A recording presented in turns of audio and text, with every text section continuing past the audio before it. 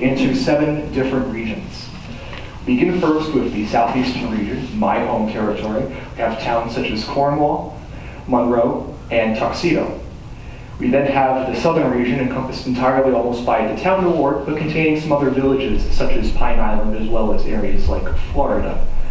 We have the western region, where you'll find areas such as Port Jervis and Otisville, rather unique areas since the Shawangunk Range practically cuts off this area from Orange County, making it rather mountainous, but not exactly minimizing the amount of dairy productivity in this region of the county.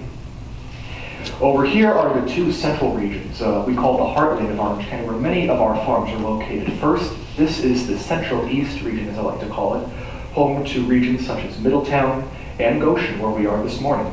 We then have the central west region, identified with regions such as Campbell Hall, Chester, and Sugarloaf.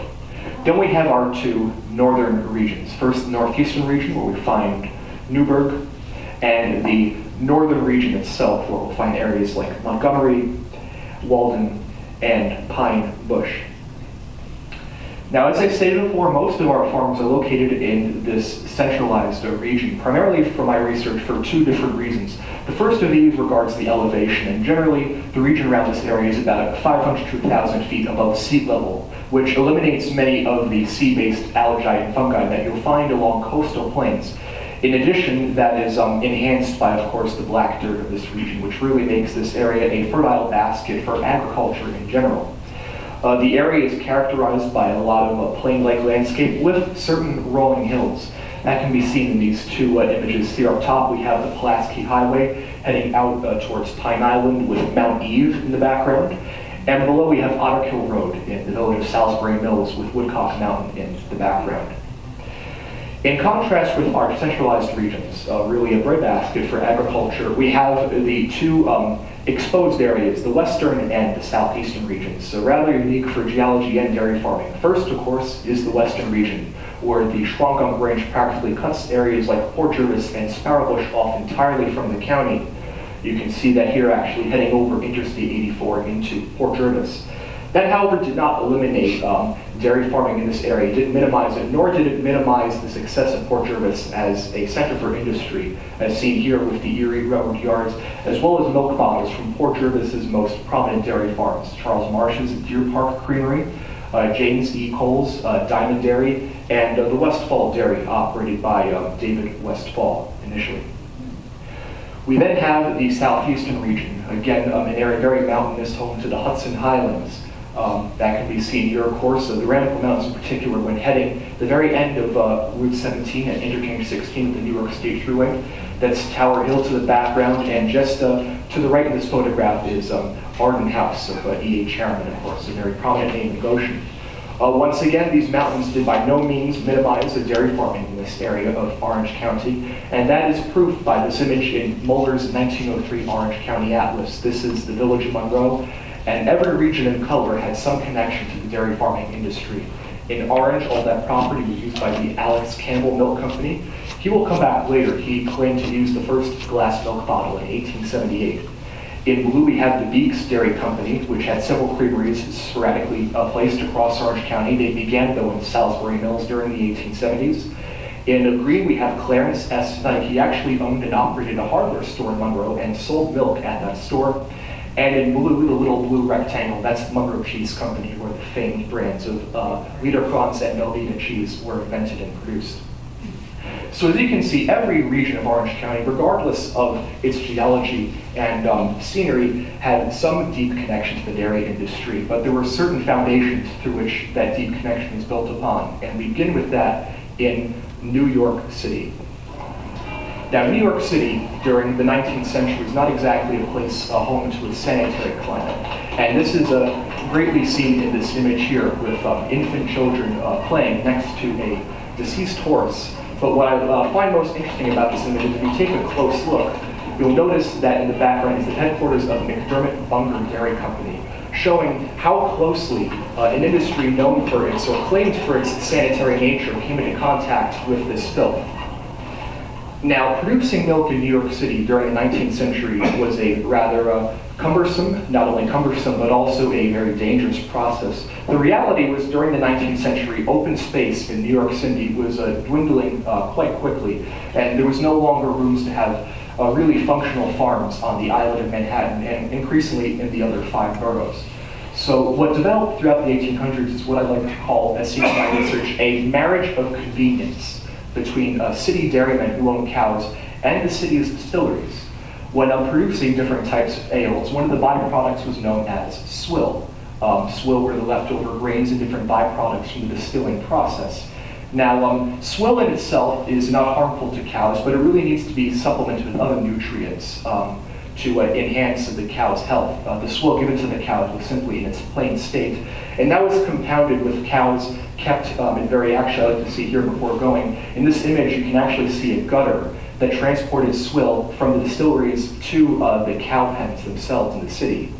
And now this swill in its natural state, which didn't really enhance the cow's health, was compounded by the fact that these cattle were kept in cramped city stalls with no ventilation and little space. And we get really the growth of what is known as the industry of swill milk. Here's a short description of the nature of the swill milk industry.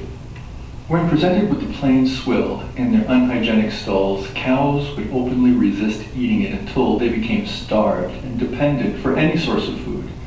This unhealthy diet caused the cows to get increasingly sick, develop ulcer-like sores over their skin, and even made their tails fall off, with many New Yorkers coining the name stump-tails cows for their appearance. These diseases, however, did not concern the city's greedy dairymen, who only hoped to generate money, and thus more cows were imprisoned in the cramped stables. There were about 18,000 cows in New York City breweries by 1835, and by the 1850s, nearly 2/3 of New York City's milk came from infected and disease-riddled cattle. And you can see there an example of a stump-tailed cow in that image from Frank Leslie's illustrated newspaper, which we will come to very soon.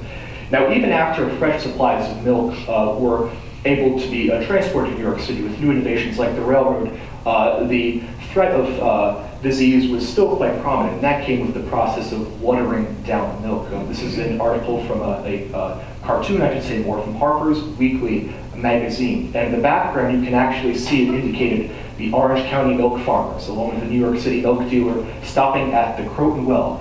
Keep in mind that the first real successful process of chlorinating water was not implemented between approximately 1905 and 1908 at the Rockaway Reservoir that supplied water to Jersey City, New Jersey. Before then, this water was just as vile as the swill milk itself. And you can see here, New York City milk dealers often use it to water down the milk, as seen in the description.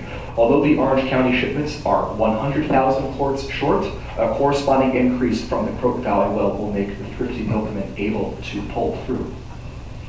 Throughout the 19th century, there were several different attempts to expose the swill milk industry. At first, many of these reports were simply too dense with information to attract public attention. That changed, however, in 1858 with Frank Leslie's illustrated newspaper and his swill milk expose, which really correlated the connection between the swill milk industry and the corrupt politics of New York City at this time. It took approximately 3 years, but Frank Leslie's swill milk expose did result in some actions from state lawmakers in 1861, effectively putting a ban on the production of swill milk. On paper it did this, but in practice there were several different loopholes, one of them being a certain act that allowed swill milk to be continued producing in Brooklyn until the late 1870s. And throughout the 1870s, you can continue to see political cartoons like this one in certain different newspapers. This particular example being one of my favorites, with the different ulcers on the cows representing aspects related to the industry, such as political corruption. You can also see an example, this one being the Baltimore Distillery on the side, again emphasizing that connection between the distilleries and the swill milk industry itself.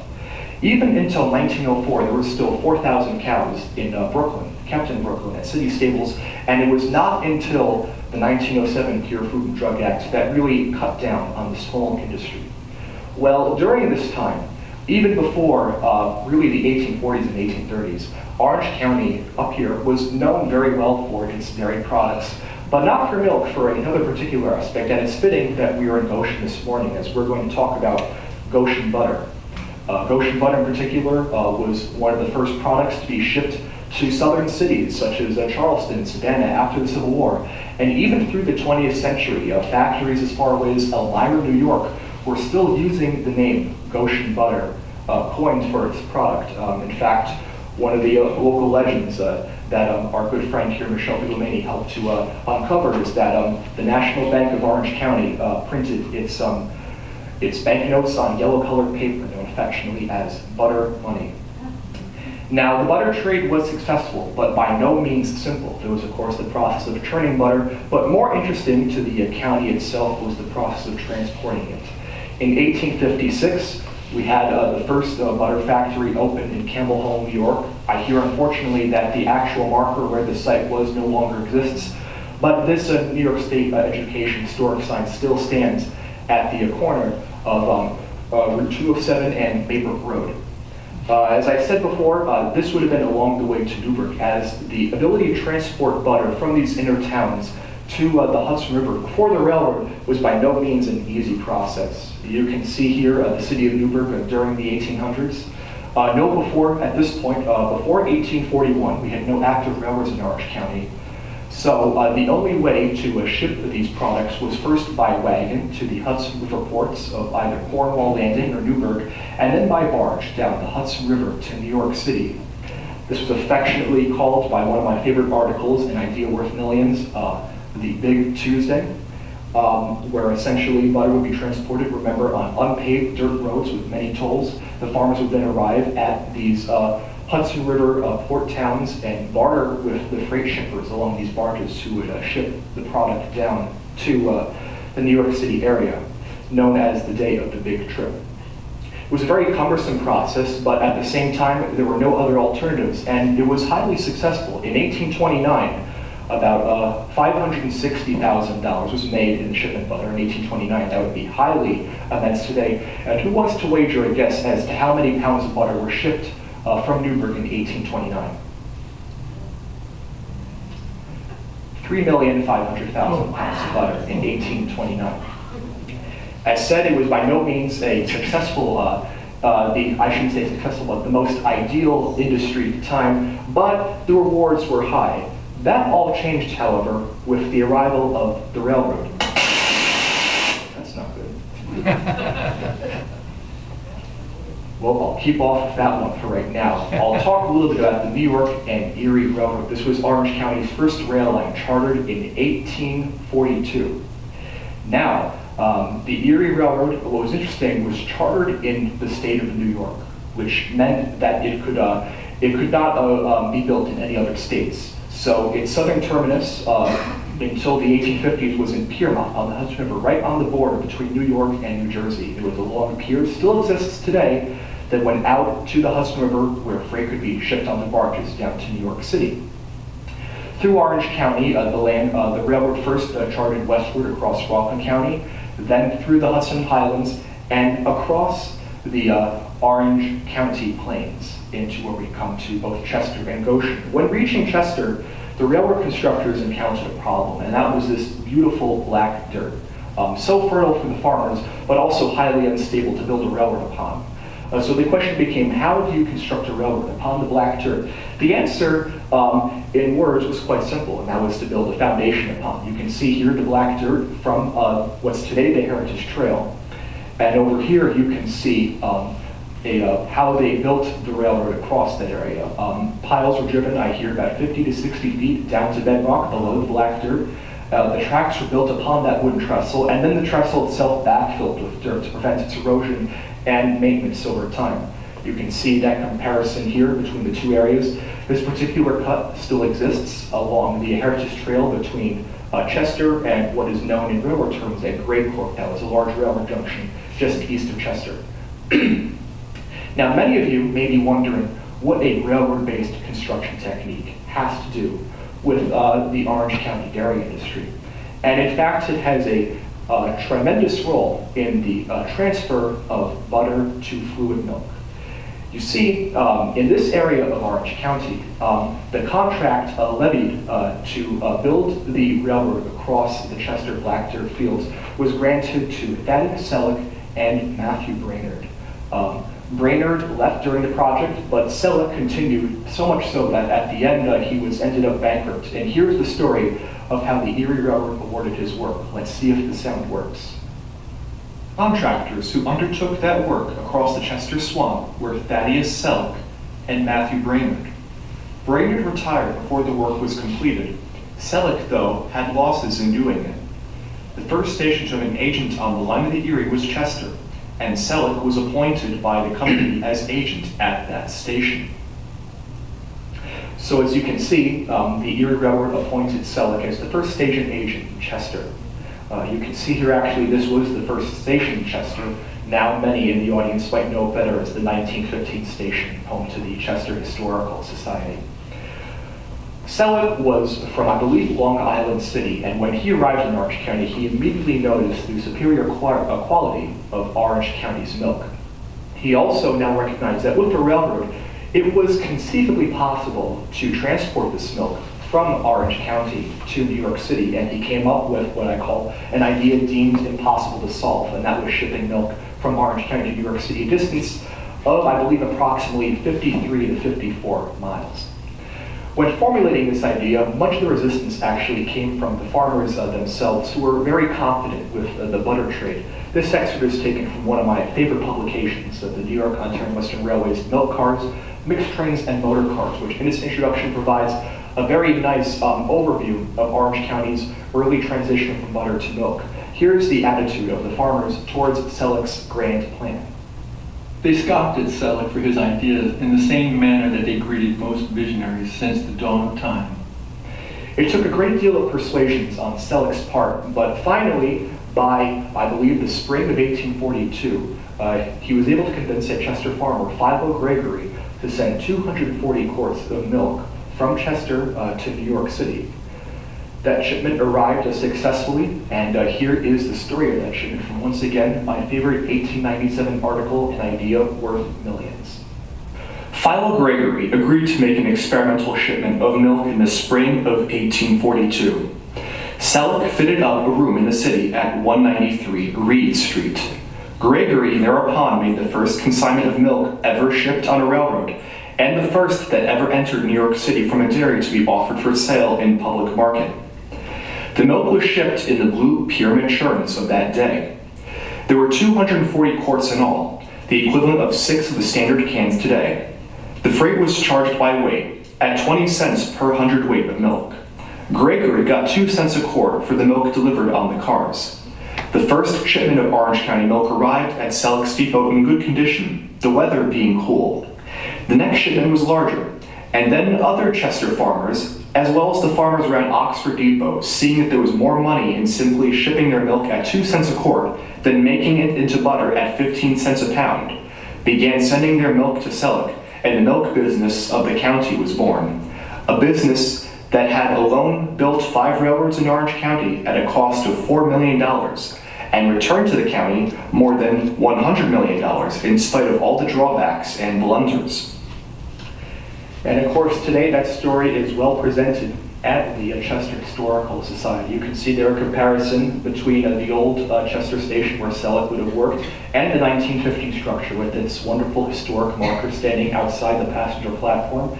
And it should be noted that out of Selleck's idea, by 1897, there were 7,000 milk depots in New York City selling 750,000 quarts of milk per day. I should note, which we'll talk later, that Selleck's first shipment later devolved into an industry itself, that called the Orange County Milk Association, which was headquartered in Goshen. We have some bottles from the Milk Association here today, and we'll be talking about it later. Now, as you know before, in that previous article, Idea Worth Millions, it stated that the shipment was made in the spring of 1842 when the weather was still cool. As the summer and fall came along, temperatures started to increase. Some shipments of milk began to spoil, and there was growing concern of whether this industry would really be successful. And here we enter another crucial individual locally, Jacob Vail, a farmer from Goshen. And he prophesized two different ideas. The first of these being the ability to cool milk before it was transported, essentially having it kept cool when it was waiting on the platform for the milk cars by rail to pick it up for transport.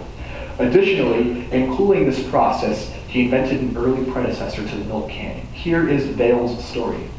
It was not until the fall of 1842 that it was discovered how to treat the milk to ensure its keeping sweet a long time.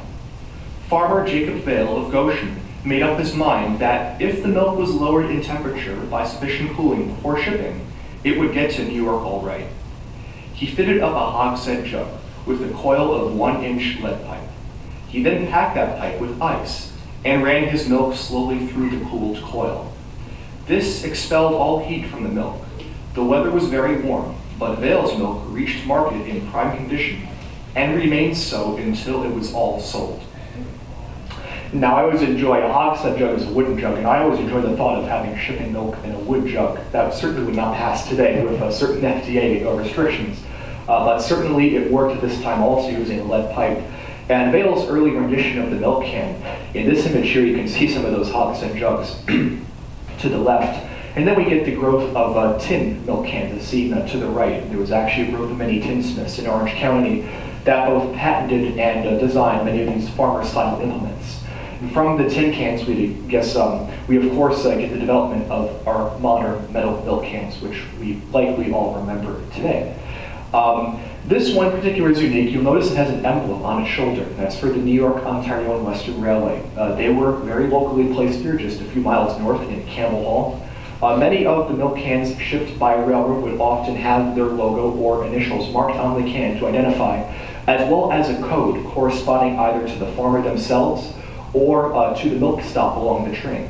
In this case, the O&W's milk cans were correlated to a sophisticated milk list, which correlated to all the different milk stops.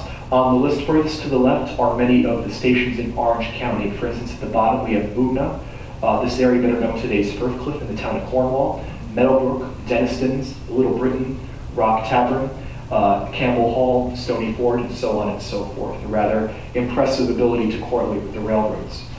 The invention of the milk can was really the final factor in placing milk above butter as the supreme dairy export from Orange County to New York City. And between that first shipment in 1842 and around the 1870s, there was a rather stable structure in the market of dairy farmers to the public. I always enjoy this image. This is from 1909, so a little bit after that time, but it shows the Orange Farm Station. This was on the Erie's Pine Island branch, around the location today of where Pulaski Highway branches off from 17A, as well as the Valley View Assisted Living Facility. And it shows again the farmers gathered at the Orange Farm Station, transporting their milk cans onto the Erie Railroad boxcars. From 1842 to 1870, there was a stable structure where the farmers essentially would sell their milk to the dealers, who then again went to the consumers. And here is that shown in the diagram. We have first the farmers, who then sold their milk to the dealers, and then to the consumers. By the 1870s, however, there was some cause for concern as the dealers were beginning to become greedy by driving down the price of milk for farmers while selling it at a premium to the public. And we get the growth of what we like to call our milk trusts. In the Gilded Age times, we might be popular with terms such as railroad trusts, the gathering of railroads in a monopoly, or the Standard Oil Trust. It was no different with dairy farming, and around this area, one of the most prominent was the New York Milk Exchange Limited, which as a coordinated group of several milk dealers used different tactics to gain a foothold over the farmers. One of them, which I find interesting, is by this time railroads are now expanding further north of Orange County into Ulster, Sullivan, and Delaware, even Chenango counties. And here is an excerpt from how the dealers used the railroads to their benefit. Then the dealers introduced the railroads to run milk trains from upstate counties and carry milk at the cost per can that Orange County farmers were paying. Farmers of Sullivan, Delaware, and other counties were offered high prices that their milk was worth for making butter and cheese. They yielded to the appeal, burned their churns, and bought milk cans. With this supply, dealers had a surplus of milk for fluid consumption. The price dropped lower than ever before. Farmers felt they'd been tricked and misled. They resented the treatment and were fighting mad. That statement is from John J. Dillon's work, 7 Decades of Milk, providing an excellent overview of the dairy farming industry, both in Orange County and its growth in New York State. A highly recommended read. Now, interestingly, with the New York Milk Exchange Limited, many of its leaders were from Orange County.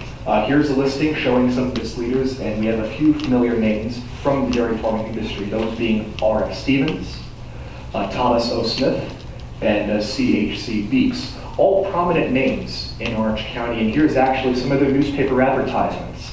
We have above the T.O. Smith Creamery, which is in Warwick, a very prominent Warwick farm.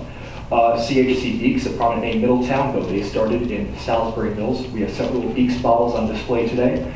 And my favorite, this advertisement from R.F. Stevens, who explains he had creameries in Chester, Florida, and Blooming Grove in Orange County, New York. So this was really a localized operation that unfortunately put the farmers at a great disadvantage. Now, as you heard in that snippet from Dillon's 7 Decades of Milk, farmers were essentially becoming driven mad. And in 1882, we had the first of several milk strikes, which was known effectively as the Orange County Milk War. The Milk War was known prominently for what were known as spilling committees. These were groups of farmers that would go to waiting milk trains and essentially dump the milk from these train cars into the streets. There were reports that towns like Goshen and Campbell Hall had milk flowing through its city gutters. This image from, again, Harper's Weekly magazine is actually rendered at Goshen. In the background, you can see a boxcar from the New York, Lake Erie, and Western Railway, and the Goshen Station roof line also in the background. The Orange County Milk War lasted for about a year, from 1882 to 1883, here on and out. And in 1883, a conclusion was finally made. The farmers achieved an aggregate rate of 40 cents. This was in comparison to their originally fought upon achievement of 41 cents. So overall, this was a relative success for the farmers, though in time it would begin to turn into the other direction. Now, after the Orange County Milk War, the idea of a milk trust failed to really become successful again. The New York Milk Exchange Limited did reform itself into a different name, the Consolidated Milk Exchange. Same organization with a different name. By the 1900s, they were actually investigated by the government.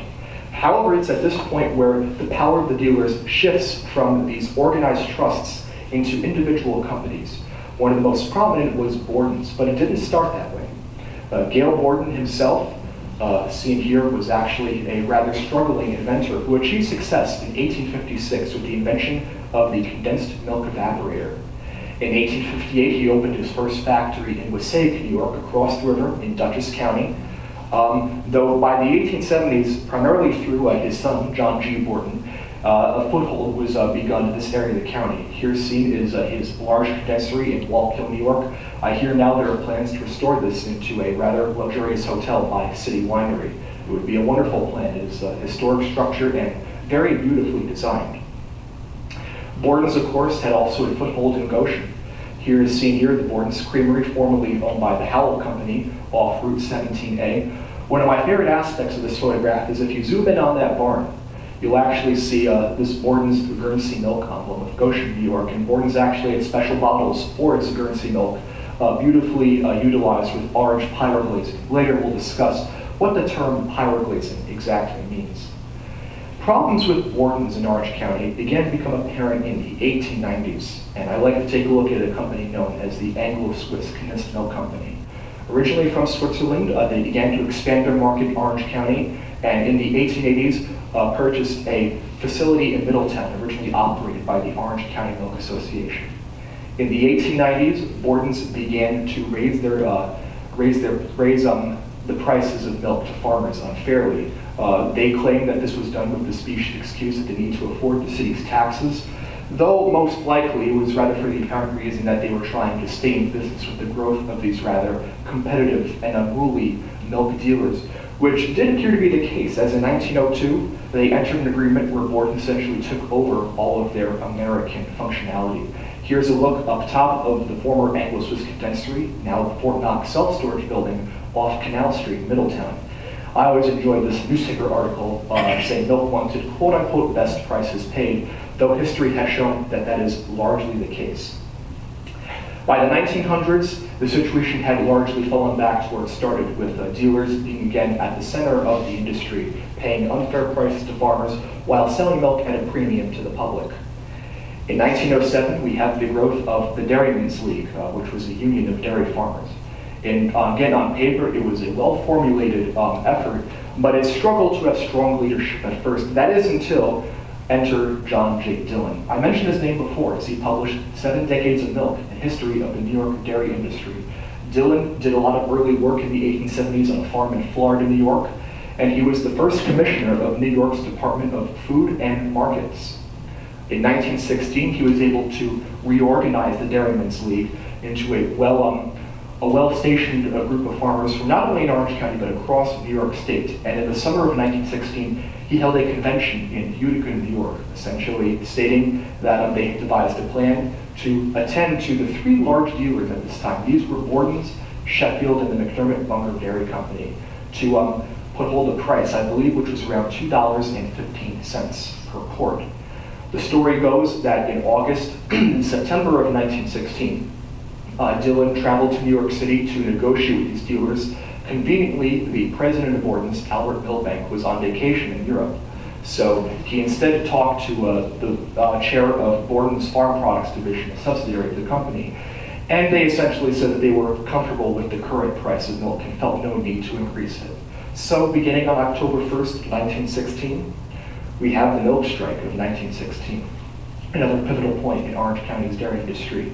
Newspaper headlines across Orange County, these 3 being from the Middletown Times-Press, all claim milk shortages across the state, with even the top one of my more interesting selections being women storming New York milk stations. It has famine increases. From some scenes across Orange County, one of my more interesting 2 picks. To the left, to the right, we have again a spilling committee near the Goshen area, and to the left, we have several dairymen working in Middletown. This one here in particular, this is Albert Clark Ogden. He operated one of the largest dairy farms in Middletown, and here he is overseeing to make sure that the Middletown State Hospital is receiving a steady supply of milk.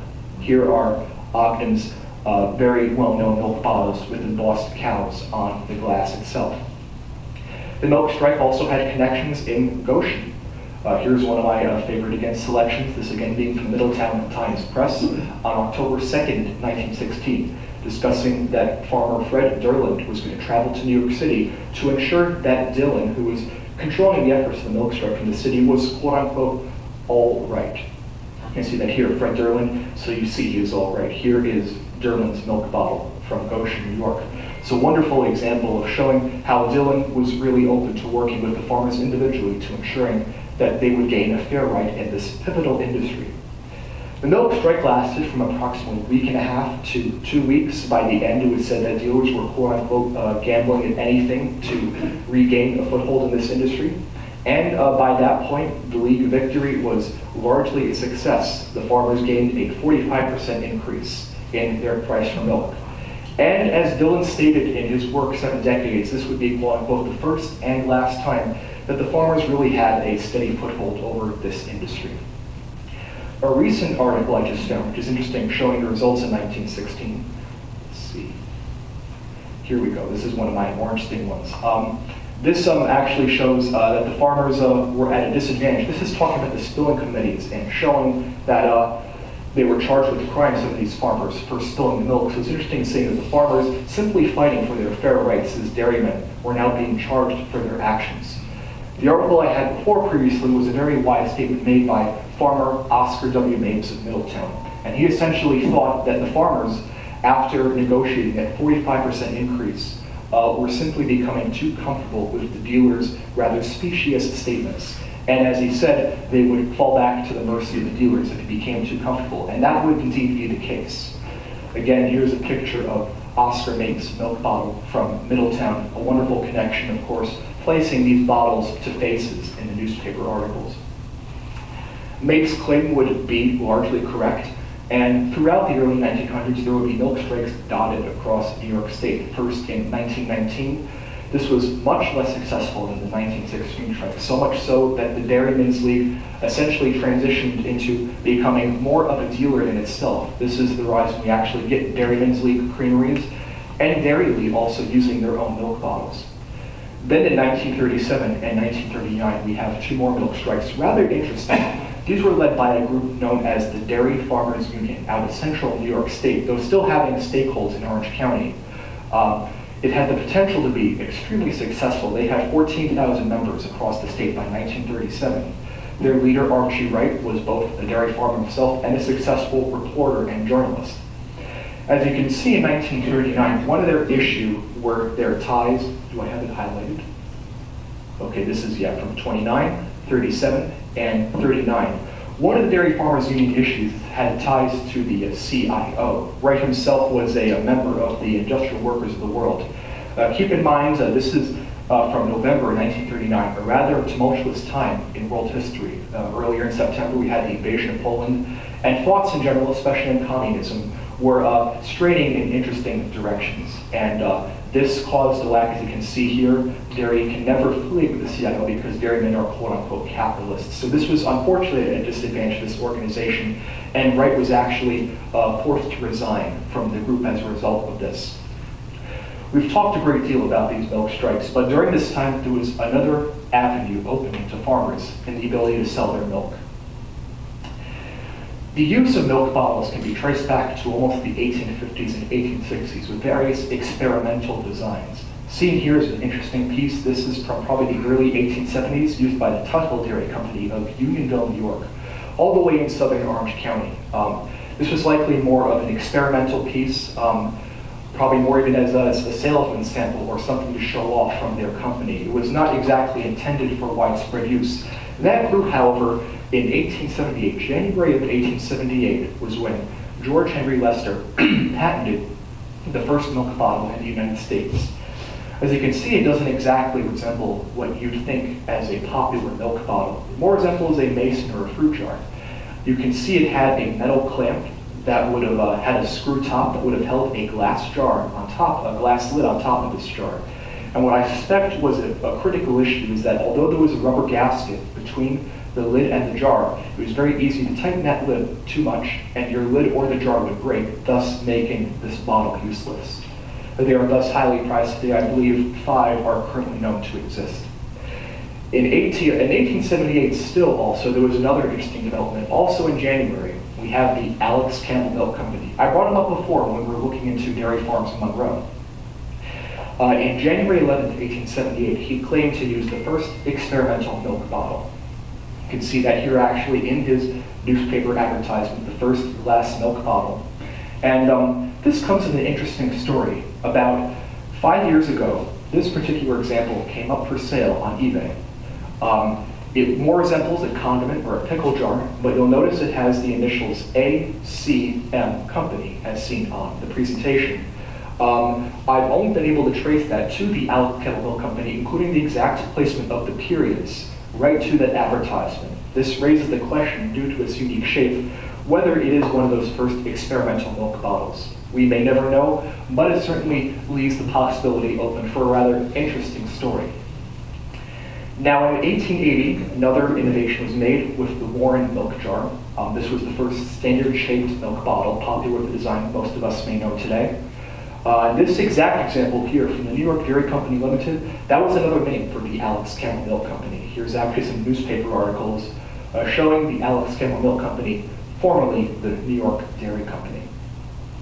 And then in 1884, we come to the crowning achievement, and that is Dr. Herbie D. Thatcher's Milk Protector. Thatcher's story is that as a doctor, he was traveling through New York City and witnessed a child drop her doll into a milk pail, and the milk dealer just conveniently took the doll out of the pail with his ladle and gave it back to the child.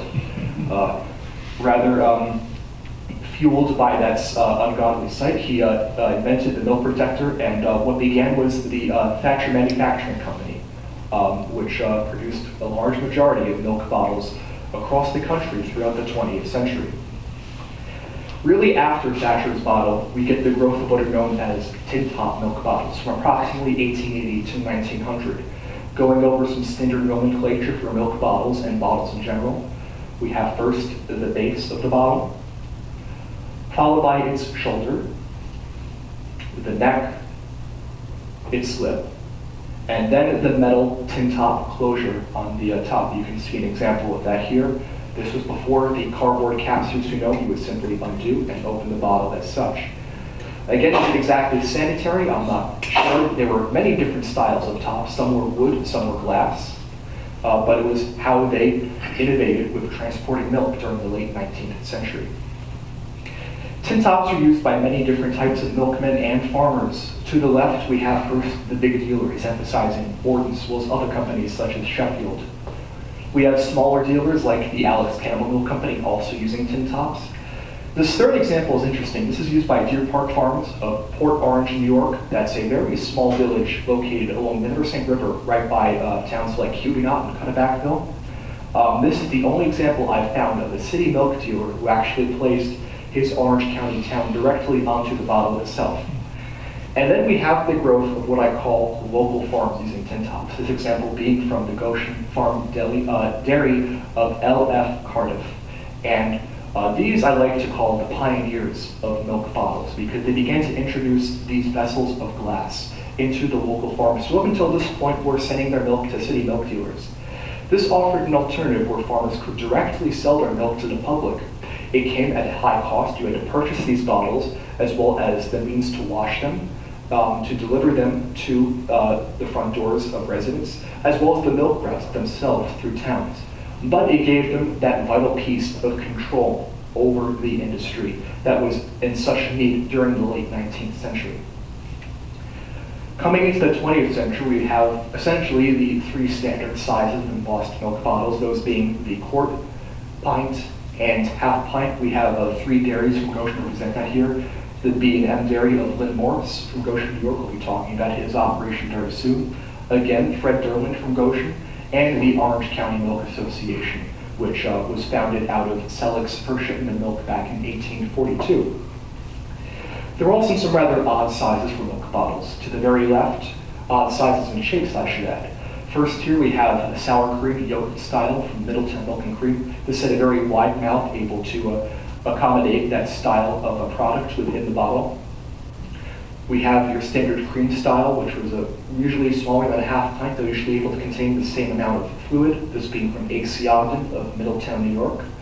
And then one of my more interesting, the gill, or the quarter pint. This is from the Orange County Milk Association. A few companies across Orange County used gills. I suspect they were either for simple sample sizes for homes, or perhaps even for certain restaurants or other establishments that might have had cream stored in some of these vessels of glass. In 1931, the Thatcher Manufacturing Company, same company as Herbie D. Thatcher mentioned earlier, patented the term pyroglazing. This was the ability to essentially apply paint or ink style substance to the glass. This gave the bottles much more depth and also attractiveness to the consumer themselves. With pyroglazing, you could actually add different slogans onto the rear of them. Here's an example from Dairydale Farms. And on the back, you have a really nice image showing a dairy barn there on the back. Many of these different pyroglazing examples seen here often use slogans. A popular one in particular, during World War II, they would actually pyroglaze war slogans on the back of these bottles, turning them into a form of propaganda. War slogan bottles are highly collectible today. These bottles, over time, essentially transitioned from round to square shaped. Why do you think that transition had to occur or occurred? That's one. There are two reasons. They were able to store better into milk cartons, and they're also easier to handle. In fact, one of my examples here from Farview Farms in Florida, New York, states that these square bottles are easier to handle.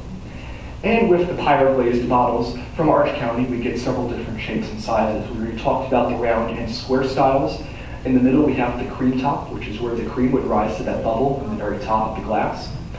And we also have our two oddball sizes, the half gallon and the gallon. These were only used by dairies in Port Jervis, New York, principally Cole's Diamond Dairy and the Westfall Dairy. The Westfall Dairy was the only one actually to use that large gallon style milk bottle. Rather interesting piece.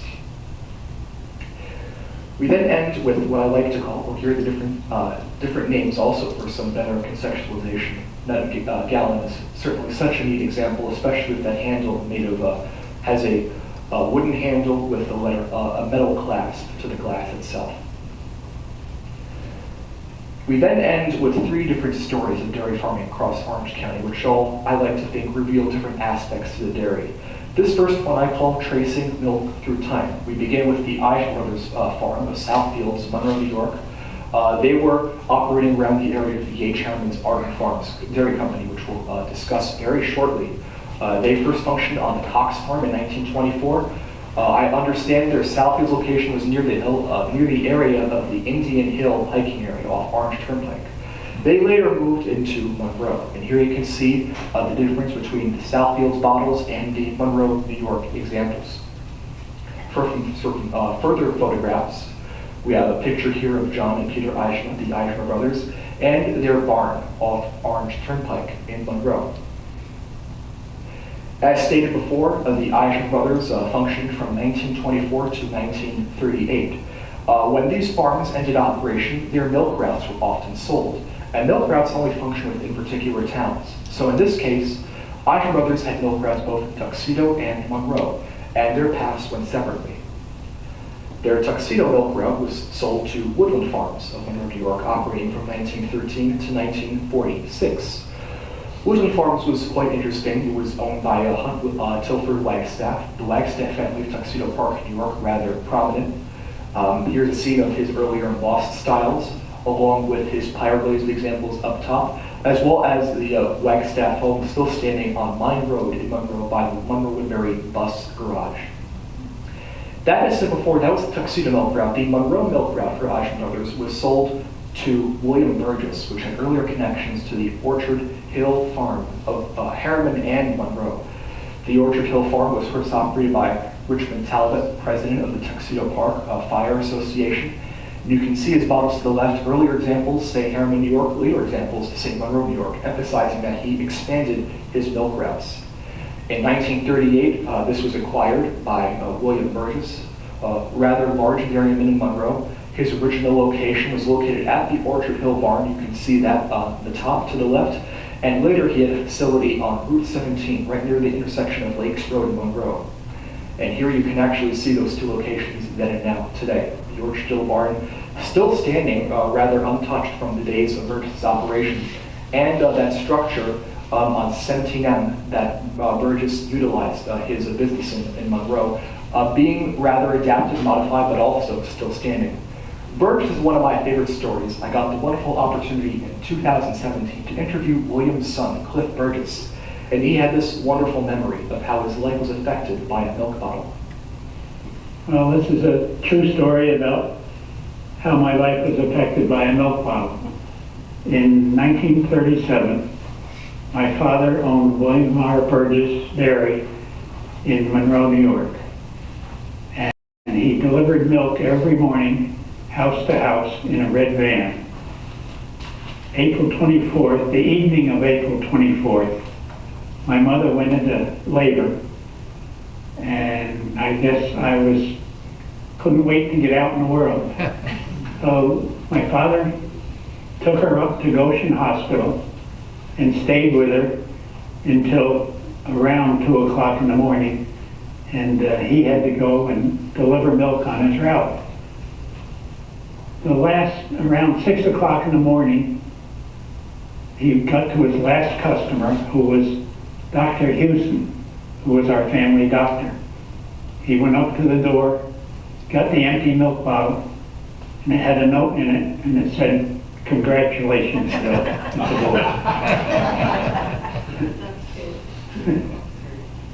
One of my favorite stories from a former dairy farming business in Orange County. And we discuss here the William Burgess farm. Now, in 1943, there was a large shift in this trail. I emphasize it by this red line. Burgess ended production in 43, and his milk route went 2 ways. One of them went to the Arden Farms Dairy Company of Arden, New York, and the second to the Sweet Clover Farms in Mount Mill, New York. I mentioned Arden Farms a substantial amount of times. Let's take some time to really discuss it. Its roots really extend back to the arrival of E.H. Harriman to Orange County in 1886. During the 1890s, he essentially organized a group of dairy farmers across the Ramapo Valley and founded the Arden Farms Dairy Company. Here you can see his variety of different milk bottles. To the left, we have an early style, likely possibly tin top from the 1890s. We then come to more popular examples. Here in the center, we have his large logo style. This is probably from the 1930s or 40s. And then his earlier pirate glazed style bottles. This is the 1898 Arden Farms barn, once located in the village of Arden. During the 1930s, it unfortunately burned to the ground, though you'll notice to the right in this picture, you'll see a stone structure. If you're ever traveling on the New York State Thruway in the Arden area by Clove Furnace, today site of the Orange County Historical Society, and you notice those stone pillars, those are the old silos to the Arden Farms 1898 barn. In 1916, they had already opened a state-of-the-art barn in the village of Harriman. Unfortunately, it burned to the ground in 1977. Up until recently, the stone entrance pillars were still standing alongside Maher Lane. Unfortunately, a few years ago, those disappeared as well. The other bar store I mentioned was Sweet Clover Farms in Mountainville, New York. The Seaman family, a Quaker family, has large roots in the eastern part of Orange County. During the 1930s, they really grew their business in Mountainville, right on the border of the towns of Woodbury and Cornwall. You can see to the left the earlier embossed bottles and the later pirate glazed examples to the right. In the center is James Seaman, who operated the farm largely throughout the 20th century. You can see here some more interesting images of the Seaman farm. To the left, we have the bar number 1 filled with a large abundance of cattle, and below are many of his delivery trucks located towards the Mountainville side of the dairy farming operation. And to the left was his, to the right is his milk bar, which operated along Route 32 near the location of today's Paleo Winery. This was an area where he could sell his products to the public. Only a few dairies across Orange County, including Arden Farms, had these dairy bars set up for public use. Many facets of Sweet Clover Farms still stand today in Woodbury, Mountainville. You can see the top of the 18th century Seaman homestead still standing on the property of Paleo Winery, as well as the Seaman barn, also standing today and home to the winery. Now, Arden Farms ended their delivery operations in 1947, though Sweet Clover Farms, after 1956, their operations were purchased by the Fitchett brothers in Poughkeepsie, New York, Ed Fitchett, who I also got a wonderful chance to interview. That operated until 1987, which then merged into Hudson Valley Fresh, a company whose products you can still buy today in the supermarket. So, if you buy from Hudson Valley Fresh, you are purchasing from a legacy that extends almost 100 years in the making, a rather interesting facet of tracing milk through time. The second story I call a personal recollection. This is from the Charles Jones Sons of Highland Mills, New York. This goes in part to a close friend of mine, unfortunately passed away earlier this year, but who I got a wonderful opportunity to interview several times. This friend is Walter C. Stanfield. He was a 95-year resident of the town of Highland Mills and worked at the Charles Jones farm during the 1940s. He had an amazing memory and provided some unique insights into really how the operation functioned. I had a question for him about what happened if a dairy farm received bottles that were not from that particular farm in the process of delivering milk, and here was his response. So let me ask you, you would go on your runs, you would drop off the milk bottles, but then mistakenly somehow you pick up bottles from your competitors. Yeah. So what would you do with the competitors' bottles? Well, the bottle exchange would come every couple months. Now, what's the bottle exchange? Well, a man would bring Jones bottles back and pick up other ones as strays and take them back to them too. All right. Sounds like puppy dog. So there was a way to make sure that all the bottles got back to the right dealers. Yeah, that was Mr. McNary. Yeah, because I knew his sons that worked in construction. Yeah, he only had one arm. Well, you only need one arm, I guess, to carry a few bottles, right? Yeah. Carry two with your fingers. Yeah. It's You from need one to drive. Newburgh, Bales Gate area, I think. Now, McNary, yeah. these bottles, you would use them for so many times, and they would get worn down. When would you decide that a bottle was too worn down to use again? When it got broke. So even though it was all scratched up and the embossing was worn down, you'd keep using it. Yeah. And then you waited until it was cracked. As long as it can hold milk. Yeah. And the bottles that you used were embossed. Well, some of the older ones, like I remember watching, a couple of them had model boat farm. Well, they were what do you call that? Just raised glass, but no color. Embossed. Embossed, okay. What do you call the color? It's called Pyroblades. Okay, yeah.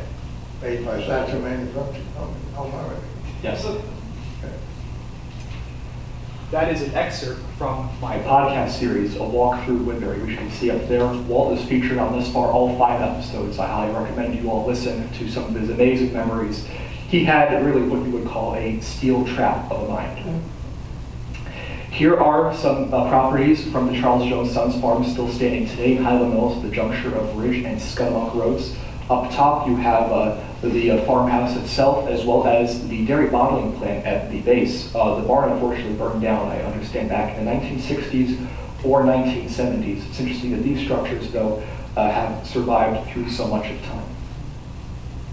We then come to a local look, and I'd like to emphasize a few farms in the area of Goshen. That's where we are this morning. I first had mentioned the Orange County Milk Association, founded in 1844. This was the company inspired out of Thaddeus Selleck's first milk shipment back in 1842. This advertisement here is actually from 1846, very early, from the New York Evening Mirror. And you can see emphasizing here, its milk depot is at the foot of Duane Street. And I've heard in passing 2 streets, Duane and Reed Street, being the site of Selleck's first milk depot. So it's very possible that this was the same location where that first milk shipment occurred. The organization, the Milk Association, was reorganized in 1861 with James Madison Horton at the leadership, Horton being a prominent name from Middletown. He later led Horton Ice Cream throughout the late 19th and early 20th centuries. The Milk Association also had its condensery built, I believe, in 1870 in Middletown. This was the building later owned by the Anglo-Swiss Condensed Milk Company, now Fort Knox Self-Storage. I took this segment out from the Independent Republican from Goshen, emphasizing the Milk Association's how it was affected by the milk strike of 1916. You'll notice here, dated October 3rd, 1916, right in the heart of the milk strike. And you can see here in the local situation, not a drop of milk for creameries such as the Orange County Milk Association. This was actually at the very end of the association's operation. In the early 1870s, it was split into 2 companies. One of them, operated by Tony Kling, was called the Orange and Sullivan County Milk Association. That was later purchased by the Beeks Dairy Company. And the second was stayed as the Orange County Milk Association until 1919, which was absorbed by larger dealers at the time.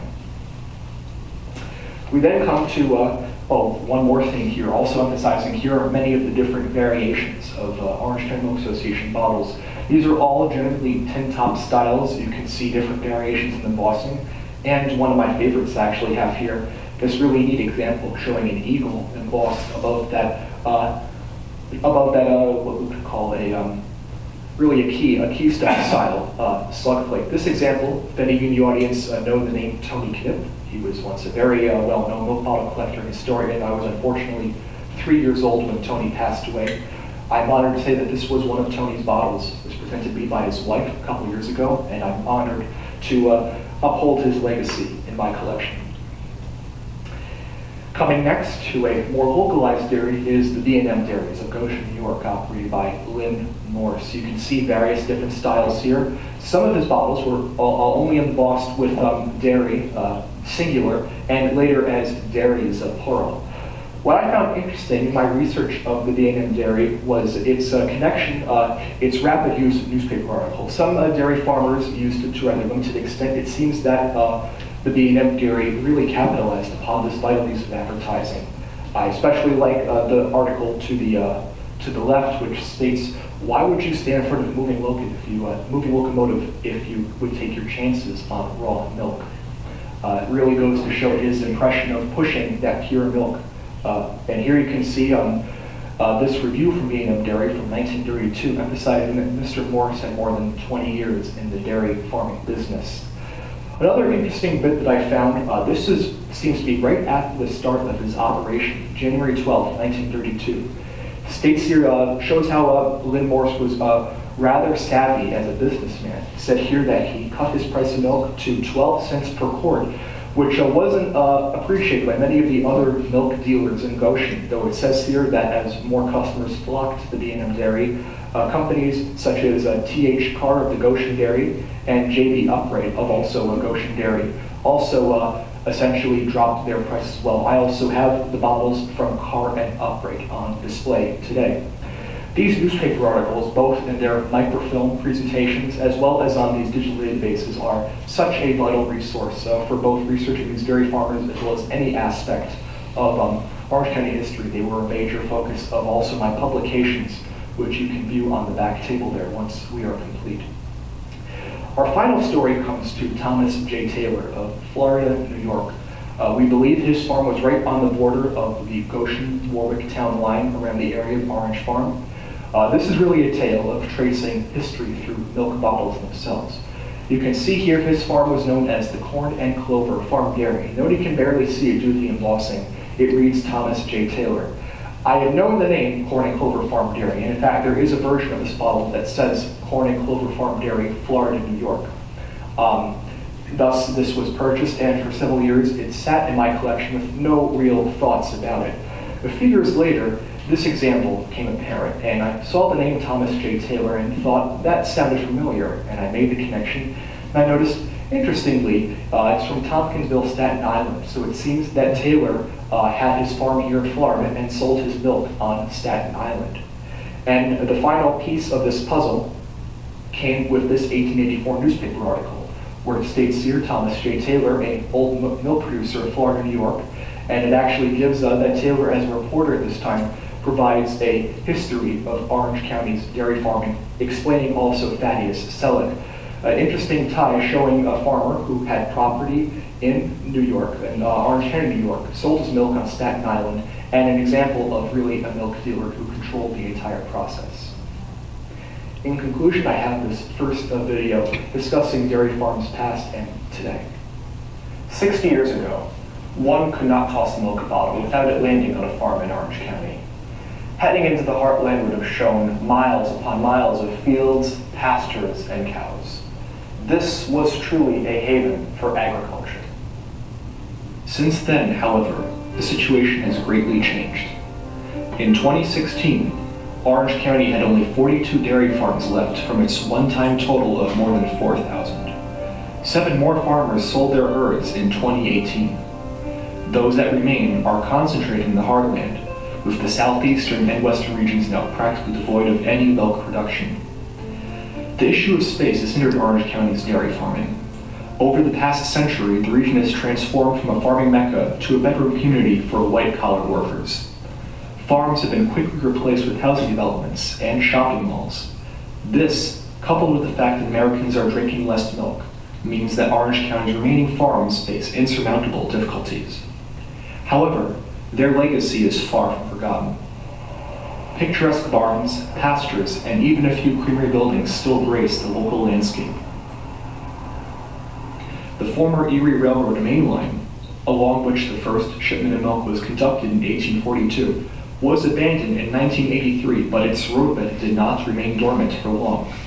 Today, the Heritage Trail offers local residents the opportunity to travel through Orange County's heartland along the old railroad route. One walks directly upon the embankment that Thaddeus Selleck constructed in the 1830s, and can even stop by the restored 1915 Chester Station, which is now home to the town's historical society. The milk bottles themselves, much as the ones seen here, are yet another way through which one can visualize the might of Orange County's farms. Through their many variations, ranging from the earlier embossed varieties with tin tops to the later pyroglazed styles with their vibrant colors, show the great variety of farms that crossed every area of this county. In a region that is rapidly developing, it is all the more important that we seek to preserve our history.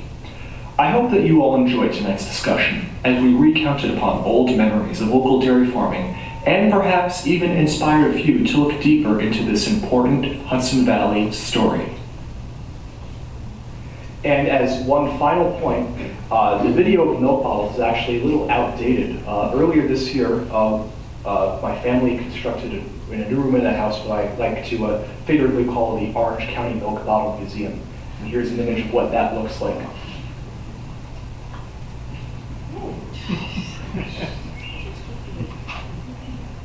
You can see in the center that Leicester milk jar, the first patented milk jar in the U.S.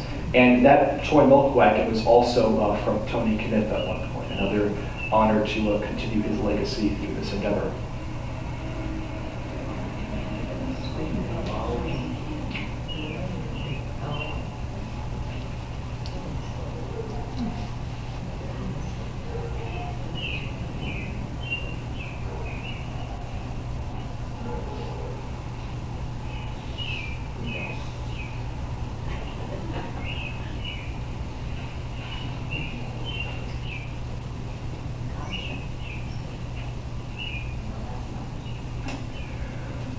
Thank you very much for all coming today, and I would be happy to answer any questions. Additionally, I'd like to make one point. As mentioned before, I have my publications in the back on show and for sale, as currently a graduate student at Marist College. Any sales greatly help and are much appreciated, so I would encourage you all to take a look. Thank you very much.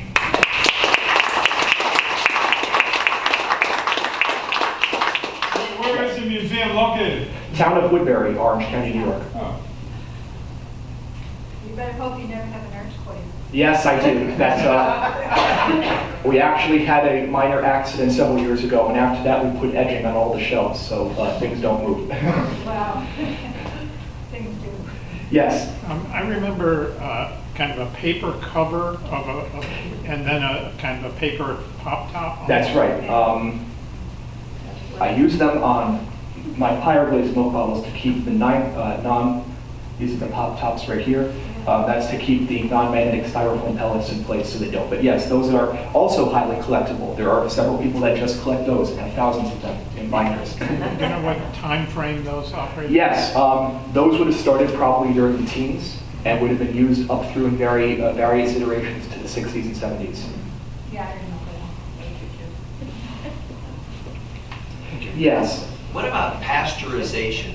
When did that Oh, start? a great question. I believe that was during the 1880s. That's a very good question. It's something that I should read more on. Usually my interests are focused mostly in Orange County, but you make an excellent point. That did play a role in our area as well. You know, when Yes. you talk about pasteurization, one of the things that you have to realize is that the dealers force the milk producers, the farmers, to pay for pasteurization. And also for other tests as well. Correct. The dealers never took responsibility for that. They just piled it on top of the farmers, which was another burden for them to carry. Yeah, well, there's a lot of politics to dairy farming. You know what? I don't even think it's politics. I just think it's corruption and corporate greed. Same thing. You know, When it you may say- be, when you say politics, in other words, how the milk got from the cow to the table. right. There's a. Well, there's always a lot of stuff hands going along on the way. in You're between. absolutely right. Yeah. But the key figure here were always the dealers, because the dealers were the negotiation between the farmers and the public. And what they did to the farmers was lower the price. What they Right. did to the public was raise the price. Right. And yet all during that time, what did the dealers always say to any investigation? They say, well, no, we're losing money. We're not making Oh, money. they're wrong. Call it business, doing business. Right. Alex, Yes. I recall maybe 2 or 3 years ago, a local crisis in terms of the dairy farmers and their distributors. So, yes. What was the outcome of that? So this is what occurred in 2016. So as is emphasis in the program, New York City was a hub of milk processing, and in 2016, the last milk processor in New York City closed, Elmhurst Milk and Cream. And the crisis was where the farmers here, remaining farmers, would ship their milk. I believe originally they decided to go up to the Troy area, which wasn't as successful as many of the markets were in the New York City area. And now they are currently, I believe, going towards the Marcus dairy area in Connecticut. But the crisis was the closing of the last milk processing plant in New York City. Yeah, well, because, we grew up in Brooklyn, and whenever there was a shortage of milk, people would panic, right? I mean, people in New York, if there was a, Yes. and so that was like in the 50s. Anytime there was a talk about that, the mothers would all freak out. Okay, yes. If you're interested in the subject of dairy farms, about 10 years ago, I was involved with the production of a documentary about the last 2 dairy farms in the town of Goshen, which still exist. And with the help of a young person, we interviewed, in some cases, 3 generations on the farm. And the film is called The Last 2. It's on the website of the library if you'd like to see those interviews. And while we were making the film, it happened in New Windsor, the Baxter farm, the Carl Baxter farm went to auction. The one on Mount Airy Road? I believe it is, yes. And It's still operating. Oh, no, they don't have cows there anymore, do they? Pardon me? They don't have cows there anymore, do they? No, when they went to auction, they were going to have some beef cow. I don't know if they have. I don't see, I drive past there and I don't see it. And Bill, you can explain how to get to that video, right? Yeah, it's not actually on the library website, Jim, it's on the Facebook page for the Friends. Okay. Yeah, so if you go on the Facebook page, there's under the main picture, there's a line of topics, and you click the down arrow, and you get a drop down. The first item on the drop down is videos. So just click on videos, and you'll go in, and as Jim said, it's called The Last 2, and it's a wonderful and appropriate video for our discussion here. I have a hard copy of it actually, and I can attest that Mr. Tarpon video is an excellent resource. Yes? When did homogenization come in? Another excellent question. From my evidence, homogenization really went into place in my area. So where I'm from in the town of Woodbury, we had a lot of summer bungalow colonies. And during the 1930s, they really pushed for homogenization, especially because of the New York City clientele. So a lot of farms like Charles Jones, as was mentioned, had to actually purchase. I believe they actually purchased secondhand homogenization machine from Carl Smith in Washingtonville. But that's when it was pushed, yes. Well, you are all welcome to come up and view these wonderful milk bottles and ask any more questions personally. Thank you all for coming today.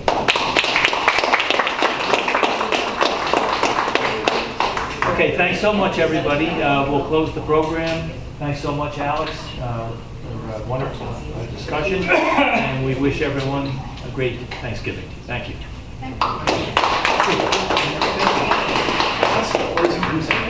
Okay. That's great.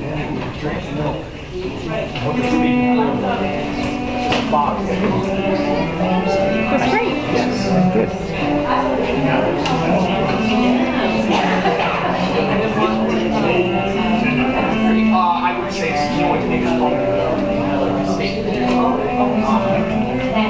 Yes, mostly here. But they stay on the